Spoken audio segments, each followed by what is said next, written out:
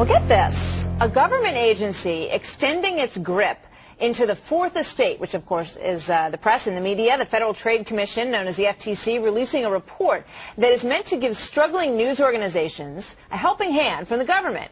Here's some of what is in the journalism reinvention draft, which you will want to have some light shed on. Tax credits to organizations for every journalist that they employ. A 5% tax on consumer electronics, so it's possible next time you buy your TV, if this goes through, 5% of that purchase at the consumer electronics store would go to pump up the journalism ranks. And increased funding to public radio and TV. Critics are saying that this is a dangerous overreach of power. Byron York is the chief political correspondent at the Washington Examiner. Boy, this one caught our eye this morning, Byron. What do you think of this idea? Martha, this is a bad idea. It's all being done under the guise of, quote, rescuing journalism. Now, we all know that print journalism especially is in bad shape. Newspapers are shrinking. Their readers are going away. Their advertising dollars are down.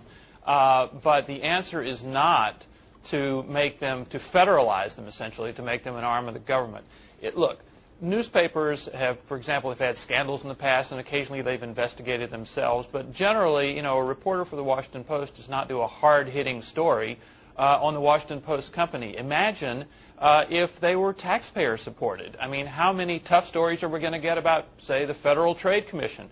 It's just not going to happen. It is the worst sort of abridging the freedom of the press that you could think of, which is what the First Amendment says. And, when you think about it from a free market perspective, the horse and buggy making way for the car, there's a lot to, there are a lot of media companies out there, the one that I work for included, who've been very innovative in the way that they have, tried to reach across all these different platforms that exist now and the way that people get their news.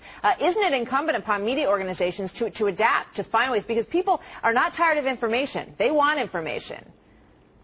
We have seen some old newspapers go under. We have seen enormous changes in the media world, but we've also seen successful new enterprises. This is a period of enormous change in the journalism business, and there are new publications, there are networks, there are internet websites that are all doing really quite well. And so the idea that it somehow needs help like General Motors or Chrysler. And that people would pay for it through a 5% tax every time they buy consumer electronics?